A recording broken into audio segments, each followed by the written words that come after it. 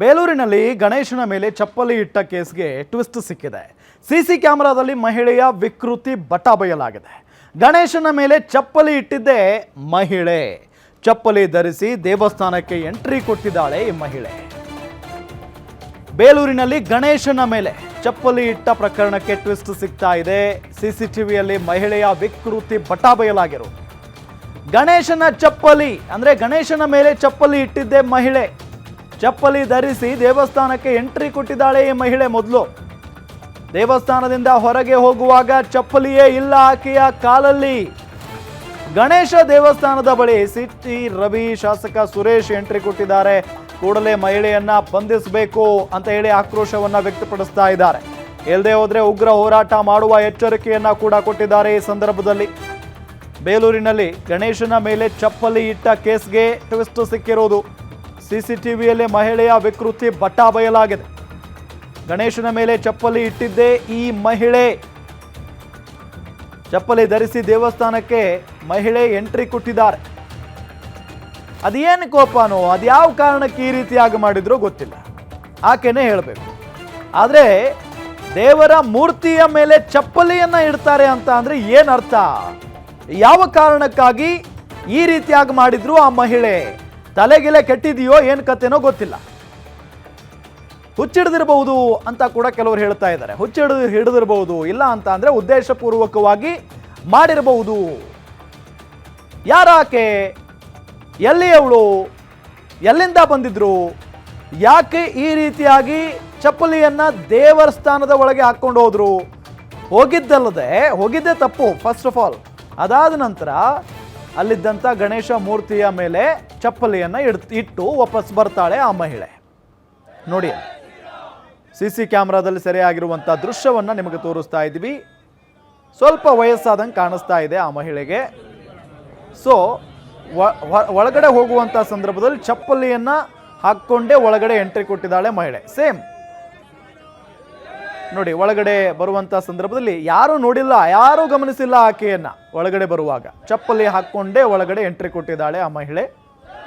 ಒಳಗಡೆ ಬಂದು ಚಪ್ಪಲಿಯನ್ನ ಯಥಾವತ್ತಾಗಿ ಗಣೇಶನ ಮೂರ್ತಿಯ ಮೇಲೆ ಇಟ್ಟು ಅಲ್ಲಿಂದ ಏನೂ ಅರಿಯದ ರೀತಿಯಲ್ಲಿ ಎಸ್ಕೇಪ್ ಆಗಿದ್ದಾಳೆ. ಏನೂ ಗೊತ್ತೇ ಇಲ್ಲ, ಏನೂ ಮಾಡೇ ಇಲ್ಲ ನಾನು ಅನ್ನೋ ಥರ ಅಲ್ಲಿಂದ ಎಸ್ಕೇಪ್ ಆಗಿರುವಂಥ ದೃಶ್ಯ ನೋಡಿ. ಅಲ್ಲಿ ಆಲ್ರೆಡಿ ಇಟ್ಟು ಇದು ಈಗ ನಾವು ನಿಮಗೆ ದೃಶ್ಯದಲ್ಲಿ ತೋರಿಸ್ತಾ ಇದ್ದೀವಿ. ಇದು ಒಳಗಡೆ ಬರ್ತಾ ಇರುವಂಥ ದೃಶ್ಯ. ಇದು ಚಪ್ಪಲಿ ಹಾಕ್ಕೊಂಡೇ ಒಳಗಡೆ ಎಂಟ್ರಿ ಕೊಟ್ಟಿರುವಂಥ ದೃಶ್ಯ.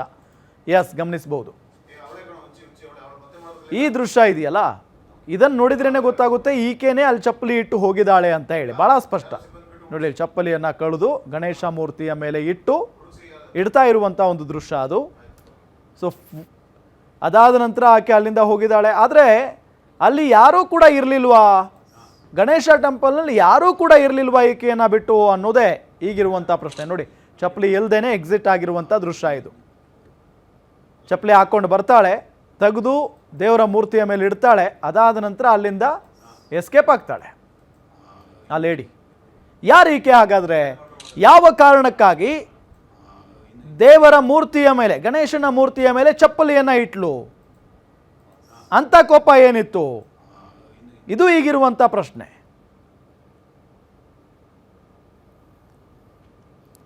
ಗಮನಿಸ್ತಾ ಇದ್ದೀವಿ. ಒಂದು ಕಡೆ ಚಪ್ಪಲಿಯೊಂದಿಗೆ ಆಕೆ ದೇವಸ್ಥಾನಕ್ಕೆ ಎಂಟ್ರಿ ಕೊಡ್ತಾ ಇರುವಂಥ ದೃಶ್ಯ ನಿಮಗೆ ಮಾರ್ಕ್ ಮಾಡಿ ತೋರಿಸ್ತಾ ಇದ್ದೀವಿ ನಾವು. ಚಪ್ಪಲಿ ಇದೆ ಕಾಲಲ್ಲಿ, ಆಕೆಯ ಕಾಲಲ್ಲಿ. ಅದಾದ ನಂತರ ಚಪ್ಪಲಿ ಇಲ್ಲದೆ ಆಕೆ ದೇವಸ್ಥಾನದಿಂದ ಎಕ್ಸಿಟ್ ಆಗ್ತಾ ಇರುವಂಥ ದೃಶ್ಯ ಮಾರ್ಕ್ ಮಾಡಿ ತೋರಿಸ್ತಾ ಇದ್ದೀವಿ. ಆ ಕಡೆ ದೃಶ್ಯದಲ್ಲಿ ಚಪ್ಪಲಿ ಇದೆ, ಈ ಕಡೆ ಹೊರಗೆ ಹೋಗುವಂಥ ಸಂದರ್ಭದಲ್ಲಿ ಚಪ್ಪಲಿ ಇಲ್ಲ. ಅಂದರೆ ಆಕೆನೇ ಚಪ್ಪಲಿಯನ್ನು ದೇವರ ಮೂರ್ತಿಯ ಮೇಲೆ ಇಟ್ಟು ಹೋಗಿರೋದು ಭಾಳ ಸ್ಪಷ್ಟವಾಗಿ ಗೊತ್ತಾಗಿದೆ. ಆಕೆ ಯಾರು ಅನ್ನೋದು ಗೊತ್ತಾಗಬೇಕೀಗ. ಜೊತೆಗೆ ಯಾವ ಉದ್ದೇಶಕ್ಕಾಗಿ ಈ ರೀತಿಯಾಗಿ ಮಾಡಿದಾಳೆ ಅನ್ನೋದು ಗೊತ್ತಾಗಬೇಕು.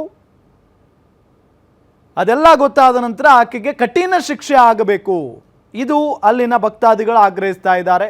ಜೊತೆಗೆ ಈಗ ಬಿಜೆಪಿ ನಾಯಕರು ಕೂಡ ಎಂಟ್ರಿ ಕೊಟ್ಟಾಗಿದೆ.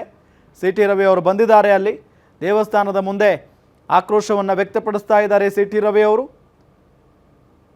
ದೇವರು ಅಂತ ಅಂದರೆ ದೂರದಲ್ಲೇ ಕೈ ಮುಗಿದು ಹೋಗ್ತಾರೆ ಭಾಳಷ್ಟು ಜನ.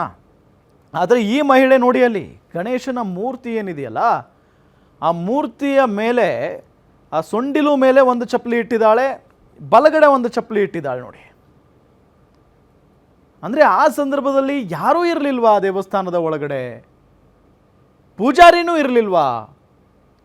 ಅಥವಾ ದೇವಸ್ಥಾನವನ್ನು ನೋಡ್ಕೊಳ್ಳೋಕ್ಕಂತ ಯಾರೂ ಇರಲಿಲ್ವಾ? ಭಕ್ತಾದಿಗಳು ಕೂಡ ಇರಲಿಲ್ವಾ? ಒಳಗಡೆ ಚಪ್ಪಲಿಯನ್ನು ಹಾಕ್ಕೊಂಡು ಬಂದಂಥ ಸಂದರ್ಭದಲ್ಲಿ ಯಾರೂ ನೋಡಿಲ್ಲ ಆಕೆಯನ್ನು. ಬಿಡಿ, ಅದು ಒಳಗಡೆ ಬಂದು ಚಪ್ಪಲಿ ಇಟ್ಟು ಹೋದರೂ ಕೂಡ ಗೊತ್ತಾಗಿಲ್ಲ. ಅದಾದ ನಂತರ ಎಷ್ಟೋ ಹೊತ್ತಿಗೆ ಗೊತ್ತಾಗಿರುವಂಥ ವಿಚಾರ ಇದು. ಸೊ ಈಗ ಬಹಳಷ್ಟು ಆಕ್ರೋಶ ವ್ಯಕ್ತವಾಗ್ತಾ ಇದೆ. ಯಾಕೆಂತ ಹೇಳಿದರೆ ಪದೇ ಪದೇ ಗಣಪತಿಯನ್ನೇ ಟಾರ್ಗೆಟ್ ಮಾಡ್ತಾ ಇದ್ದಾರೆ ಬಹಳಷ್ಟು ಜನ. ಮೊನ್ನೆ ಮದ್ದೂರಿನಲ್ಲಿ ಕಲ್ತೂರಾಟ ಆಯಿತು, ಅದು ದೊಡ್ಡ ಗಲಾಟೆ ಆಯಿತು. ಅದಾದ ನಂತರ ಶಿವಮೊಗ್ಗದಲ್ಲಿ ಗಣೇಶ ಮೂರ್ತಿ ಸಂಭ್ರಮಾಚರಣೆ ನಡೆಯುವಂಥ ಸಂದರ್ಭದಲ್ಲಿ ಮೇಲ್ಗಡೆಯಿಂದ ಗಣೇಶನ ಮೇಲೆ ಅಥವಾ ಗಣೇಶ ಮೂರ್ತಿಯ ಮೇಲೆ ಉಗುಳಲಾಯಿತು ಅಂಥ ವಿಕೃತಿ. ಅದೆಲ್ಲ ಮರೆಯೋ ಮುನ್ನಾನೇ ಈಗ ಇಂಥ ಘಟನೆ. ಇದೇ ವಿಚಾರಕ್ಕೆ ಸಂಬಂಧಪಟ್ಟಂತೆ ಈಗ CT ರವಿ ಅವರು ಮಾತನಾಡಿದ್ದಾರೆ. ಅವ್ರು ಹೇಳ್ತಾ ಇರೋದಿಷ್ಟೇ, ಕಠಿಣ ಕ್ರಮ ಆಗಬೇಕು, ಶಿಕ್ಷೆ ಆಗಬೇಕು, ಆ ಮಹಿಳೆ ಯಾರೇ ಆದರೂ ಪರವಾಗಿಲ್ಲ ಅಂತ ಹೇಳಿ ಏನು ಹೇಳಿದ್ದಾರೆ ನೋಡೋಣ ಬನ್ನಿ. ರೀತಿಯಲ್ಲಿ ಅದನ್ನು ಅಪವಿತ್ರಗೊಳಿಸಿರೋದನ್ನ ನಾನು ಖಂಡಿಸ್ತೇನೆ. ಇದ್ರ ಸಮಗ್ರ ತನಿಖೆ ಆಗಬೇಕು. ಯಾಕೆಂದ್ರೆ ಯಾಕೆ ಹಿಂದೂ ಸಮಾಜವನ್ನೇ ಕೆಣಕ್ತಾರೆ, ಹಸುವಿನ ಕೆಚ್ಚಲು ಕೊಯ್ತಾರೆ. ಆಮೇಲೆ ಒಂದು ಕತೆ ಹೊರಗೆ ಬರುತ್ತೆ, ಕೆಚ್ಚಲು ಕೊಯ್ದವನು ಮಾನಸಿಕ ಅಸ್ವಸ್ಥ ಅಂತ. ಮಾನಸಿಕ ಅಸ್ವಸ್ಥನ ಅಥವಾ ಅಸ್ವಸ್ಥನ ತರ ನಾಟಕ ಆಡ್ತಿದ್ದಾರೆ. ಗಣೇಶೋತ್ಸವದ ಮೆರವಣಿಗೆ ಮೇಲೆ ಕಲ್ಲು ಹೊಡಿತಾರೆ, ಆಮೇಲೆ ತಪ್ಪಾಯ್ತು ಕ್ಷಮಿಸಿ ಅಂತ ಹೇಳ್ತಾರೆ. ನಮ್ಮ ಮಸೀದಿ ಮುಂದೆ ಬರಬಾರ್ದು ಅಂತ ಪೆಟ್ರೋಲ್ ಬಾಂಬ್ ಹಾಕ್ತಾರೆ, ಕಿಡಿಗೇಡಿಗಳು ಮಾಡಿದರೆ ನಾವೆಲ್ಲ ಹಂಗಿಲ್ಲ ಅಂತ ಹೇಳ್ತಾರೆ. ಇಲ್ಲಿ ಗಣೇಶನ ಮೂರ್ತಿಯ ಮೇಲೆ ಅಪವಿತ್ರಗೊಳಿಸೋ ಕೆಲಸ ಮಾಡಿದ್ದಾರೆ. ಇದಕ್ಕೆ ಕತೆ ಕಟ್ಟೋದು ಬೇಡ. ಅವ್ರು ಏನು ಸ್ಟೋರಿ ಬಿಟ್ಟಿದ್ದಾರೆ, ಮಾನಸಿಕ ಅಸ್ವಸ್ಥೆ ಅಂತೇಳಿ. ಮಾನಸಿಕ ಅಸ್ವಸ್ಥೆಗೆ ಮುಖ ಮುಚ್ಕೊಂಡು ಬರಬೇಕು ಅಂತ ಗೊತ್ತಾಗತ್ತಾ? ಮಾನಸಿಕ ಅಸ್ವಸ್ಥೆಗೆ ಗಣೇಶನ ವಿಗ್ರಹನೇ ಅಪವಿತ್ರಗೊಳಿಸಬೇಕು ಅನ್ನುವಷ್ಟು ಬುದ್ಧಿ ಇದೆಯಾ? ಈ ಎಲ್ಲ ಸಂಶಯಗಳು ಕಾಡ್ತಾ ಇದ್ದಾವೆ. ಇದು ಉದ್ದೇಶ ಅಶಾಂತಿಯನ್ನ ಕ್ರಿಯೇಟ್ ಮಾಡೋದು, ಸಂಘರ್ಷ ಹುಟ್ಟಾಕೋದು, ಅರಾಜಕತೆ ಹುಟ್ಟಾಕೋದು ಒಂದು ವ್ಯವಸ್ಥಿತ ಷಡ್ಯಂತ್ರದ ಭಾಗ.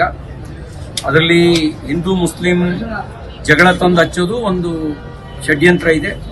ಇದ್ರ ಜೊತೆಗೆ ಜಾತಿ ಜಗಳ ತಂದು ಹಚ್ಚೋದು ಕೂಡ ಷಡ್ಯಂತ್ರ ಇದೆ. ಬೇರೆ ಬೇರೆ ವಿಷಯ ಇಟ್ಕೊಂಡು ಪ್ರಾದೇಶಿಕ